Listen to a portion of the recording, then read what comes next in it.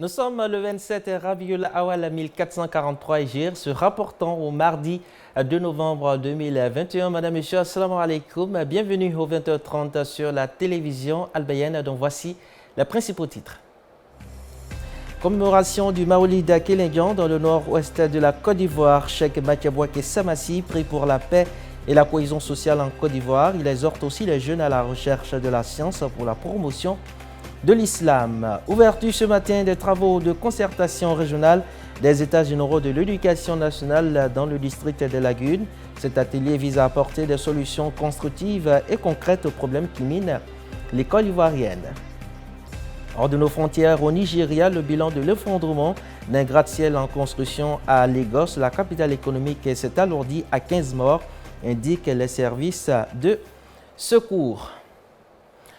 Des milliers de personnes se sont rendues à Kélinguan, localité située dans le nord-ouest de la Côte d'Ivoire, dans le district du Denguélé, pour rendre hommage au messager de l'islam Mohammed à l'occasion du Maolid. Le guide spirituel Cheikh Mathieu Bouaké Samassi a formulé des bénédictions pour tous les participants, mais également pour la Côte d'Ivoire. Le reportage de Masseni Bari. Situé à 48 km d'Odiéné et à 13 km de Samatigila, Kélinguan est pris d'assaut chaque année par des milliers de musulmans venant des villes de l'intérieur et de la diaspora. Tous ont un objectif, célébrer le Maolid et profiter des bénédictions du guide spirituel de Kélinguan, le cheikh Mathieu Bouaké Samassi. Autorité administrative et politique était présente aux côtés des populations. Le ministre-gouverneur du district du Denguélé, Gaoussou Touré, accompagné du député-maire de Samatigila, Lansine Diaby, avec pour invité spécial le ministre Adama Bictogo, ont sollicité des prières pour une paix durable et un développement harmonieux dans notre pays. Prenant la parole, le cheikh Mathieu Bouaké Samassi a formulé des vœux de santé, de longévité, de prospérité pour tous les invités, la communauté musulmane et le pays. Il a également exhorté tous ces talibés à accorder de l'intérêt à leurs études pour la promotion de l'islam. Après la célébration du Maolid, les autorités et cadres ont été reçus par le cheikh Mathieu Bouaké Samassi à son domicile pour une série de bénédictions. Restons toujours à l'intérieur du pays. La ville de Boisflé s'est dotée le 29 octobre dernier d'une nouvelle mosquée. L'édifice est un don de Africa Relief and Community Development, une ONG américaine qui œuvre dans l'humanitaire en partenariat avec l'organisation ivoirienne pour le bien-être et le développement social. Plus de précisions avec Lansine Camara. C'est lui qui construit une mosquée. Allah bâtit pour lui une demeure dans le paradis. Cette parole du prophète Mohammed alayhi salatu wassalam a été bien comprise par l'Africa Relief and Community Development, qui a entièrement financé la construction de la mosquée, plus de 2 salles de classe et un bureau pour l'administration de l'Institut islamique situé au quartier Delta du Boisflé. Une action saluée par les autorités de la ville. C'est rare de voir des infrastructures, des édifices d'une telle qualité. Généralement, c'est des bâtiments précaires où des choses évoluent dans l'informel. Je pense que ce que nous voyons aujourd'hui est une totale rupture avec cette ancienne habitude. C'est pourquoi je voudrais féliciter les réalisateurs, féliciter les promoteurs, féliciter ceux qui ont financé. Nos enfants, disons, dans ce quartier, par moments ont des difficultés pour se rendre dans les écoles, pour apprendre.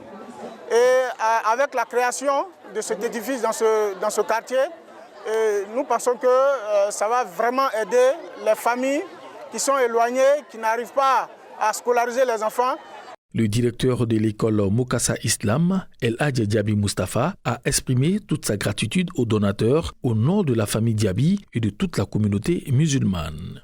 Nous sommes très contents pour cette belle œuvre que nous a attribuée une mosquée et un bâtiment, des élèves, salle de classe, plus un bureau.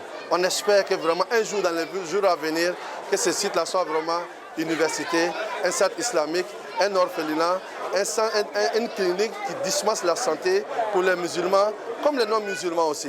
Cette mosquée porte le nom de la famille Waïd Al-Antouli. Le président de Africa Relief, Mohamed Moussa, a fait savoir que son organisation intervient dans la construction d'infrastructures religieuses et éducatives ainsi que sanitaires à travers le monde. Elle soutient également veuves et enfants. À ce jour, elle a construit plus de 600 puits dans le monde.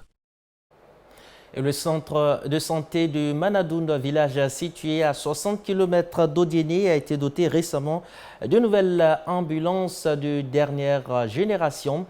C'est un don du commandant Doumbia Brahima, fils du dit village. Suivant le compte-rendu de Cissé Daouda et Diomande Boaké. C'est en présence du corps préfectoral, des cadres, des chefs coutumiers et guides religieux, en plus d'une forte mobilisation des populations de la localité, que la remise des clés de la nouvelle ambulance du village Manadoun a été faite par le docteur Doumbia Mamadou au nom des cadres, au sous-préfet de Goulia qui les a remis à son tour au médecin-chef de l'hôpital de Goulia. C'est un sentiment de joie qui nous anime actuellement, étant donné que les évacuations sanitaires se faisaient dans les tricycles ou bien à moto. Aujourd'hui, c'est un mauvais souvenir. Nos mamans en suite de couche, nos mamans enceintes seront évacuées dans les centres de référence dans de bonnes conditions grâce à cette ambulance acquise. Ce véhicule sanitaire de première nécessité en cas d'urgence répond aux besoins pressants de la population du village Manadoun. Satisfaite de cette marque de solidarité de la part d'un des leurs, des pas de danse des populations de Banangoro, de Karasso et de Manadoun ont mis fin à cette cérémonie. Retour sur les bords de la lagune Ébrié, la CEMUSI, la communauté des élèves et étudiants musulmans de Côte d'Ivoire, a organisé sa traditionnelle activité de forum d'échange des leaders avec en toile de fond un panel portant sur la lutte contre la corruption. C'était le 30 octobre dernier dans la commune du Plateau. Le reportage de Bamba Ibrahim, Sila Tierno, commenté par Soumeya Sanogo. C'est l'auditorium de la Bibliothèque nationale au Plateau qui a abrité cette 6e édition du Forum d'échange des leaders initié depuis 2013 par la CEMUSI. Le défi de l'émergence de la Côte d'Ivoire face aux aléas de la corruption est le thème choisi cette année. Cette activité a été initiée par le Bureau national pour répondre à l'un de nos objectifs spécifiques qui est de proposer des solutions, n'est-ce pas, aux problèmes de la nation en général et de l'école ivoirienne en particulier, étant donné que nous sommes une structure d'élèves et d'étudiants.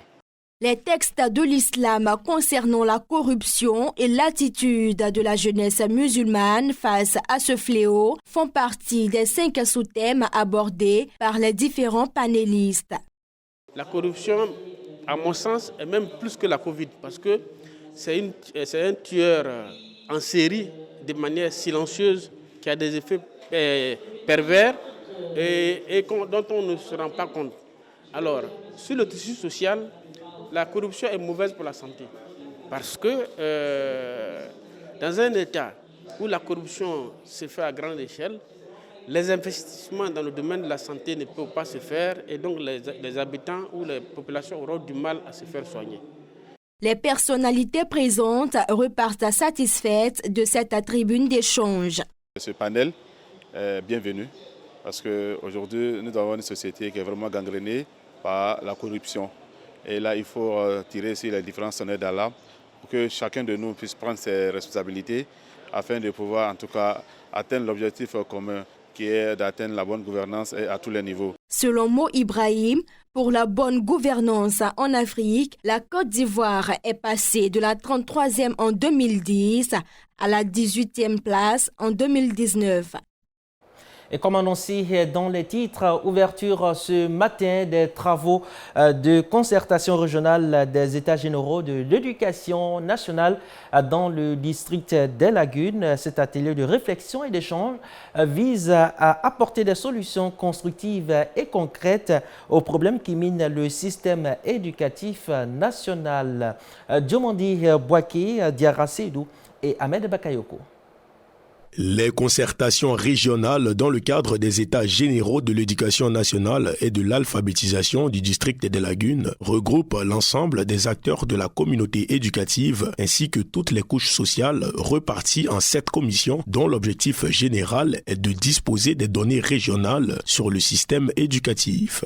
Il s'agira au cours de ces journées de consultations régionales des États généraux de l'éducation nationale et de l'alphabétisation, EGENA, de porter un regard diagnostique sur le système éducatif actuel et la politique d'alphabétisation dans un exercice inclusif et participatif d'analyse, de réflexion et de proposition. Dépourvus de toute passion, les travaux de ces concertations qui se déroulent en commission se pencheront durant 2 jours sur les enjeux éducatifs.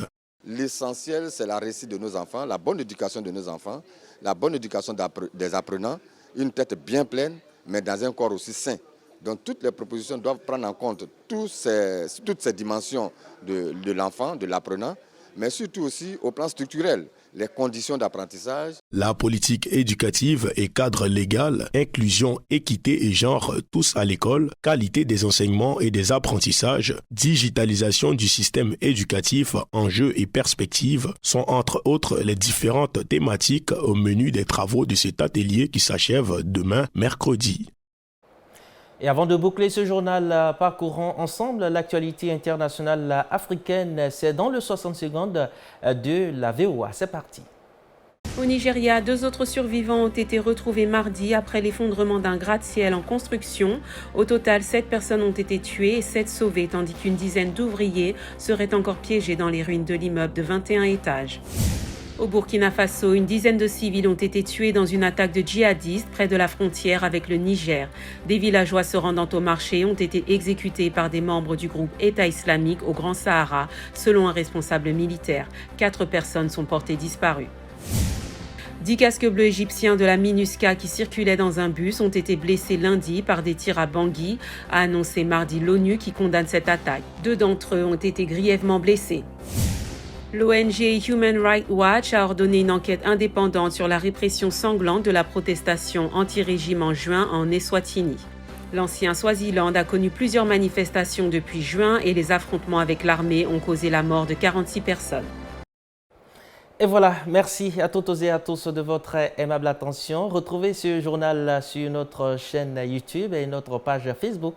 Bonne suite de programmes sur la télévision Al Bayan. Assalamu alaikum wa rahmatullahi wa barakatuh.